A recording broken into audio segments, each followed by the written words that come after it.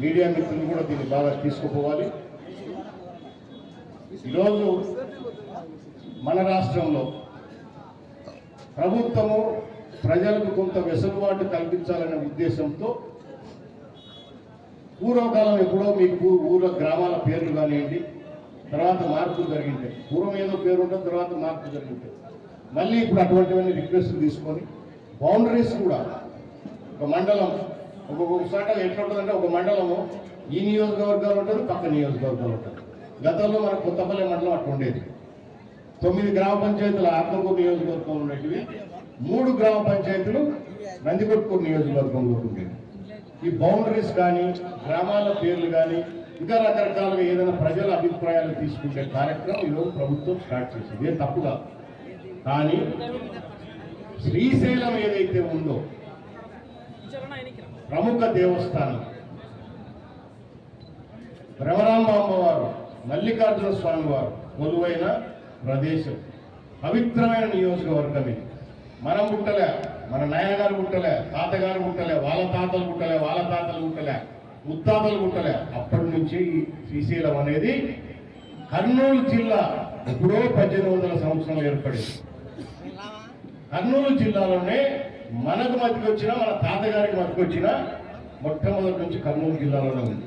కానీ ఈరోజు కొంతమంది రకరకాలుగా మాట్లాడుతూ దీన్ని ప్రకాశం జిల్లాలో, మార్కాపురం జిల్లాలో మార్చాలని చెప్పేసి డిమాండ్ చేస్తాం.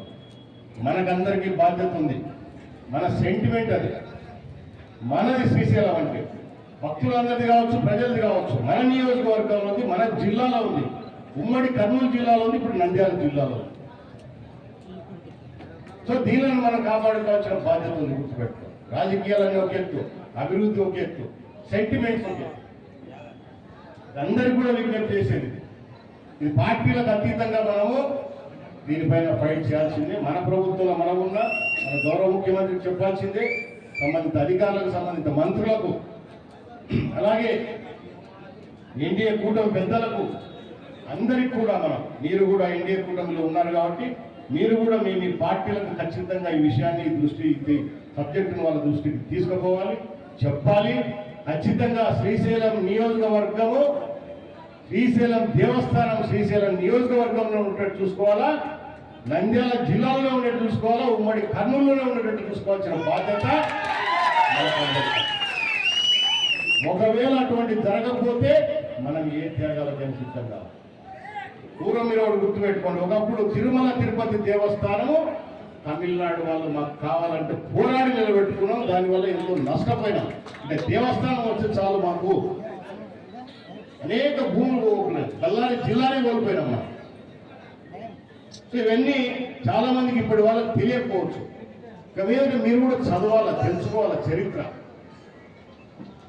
మనకు మధ్యకి రాకముందు, బ్రిటిష్ వాడు రాకముందు నుంచి ఈ ప్రాంతంలో ఉంది.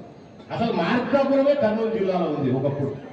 ఇది కాదు, మార్కాపురం ప్రాంతమే కర్నూలు జిల్లా. ప్రకాశం జిల్లా ఏర్పడిందే 1970లో. దానికంటే 100 సంవత్సరాల ముందే కర్నూలు జిల్లా ఏర్పడింది. దయచేసి మీరు ఇవన్నీ గుర్తుపెట్టుకోవాలా. ఎట్టి పరిస్థితుల్లో ఈరోజు శ్రీశైలం కావాలంటారు, రేపు మానంది కావాలంటారు, ఎల్లుండి అహోబిలం కావాలంటారు. అట్లా పోతే వెస్ట్కు పోతే ఏమది దేవస్థానం రాఘవేంద్ర స్వామిది, మంత్రాలయం కావాలంటారు. కర్ణాటకలో చాలా ఏళ్ళ నుంచి డిమాండ్ ఉంది. ఎందుకంటే మేము ఎక్కువ వస్తాం ఇక్కడికి, మాకు కలపండి అంటే ఇది ఎవరు అడుగుతా ఇచ్చుకుంటూ పోతామా? పార్టీలు వేరు, అదే చెప్తున్నా.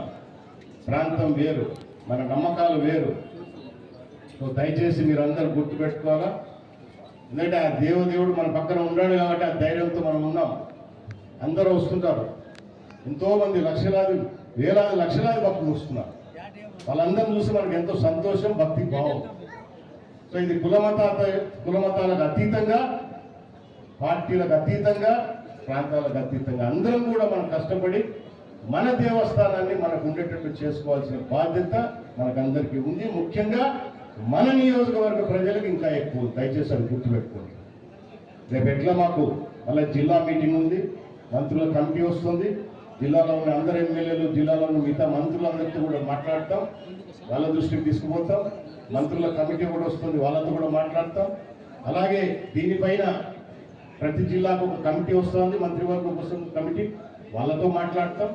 సో మీరు కూడా ఎక్కడికక్కడ దీని మీద ముఖ్యంగా మీడియాకు నేను విజ్ఞప్తి చేసేది, దయచేసి మొన్న నాకు చూపించారు కదా, దీన్ని దయచేసి చూపించండి, మీకు మొక్కుతాం. దీని మీద రాయండి, సోషల్ దానైనా రైట్ తీసుకుంటాం. ఏం మాకేం పని పట్టలేదు కదా.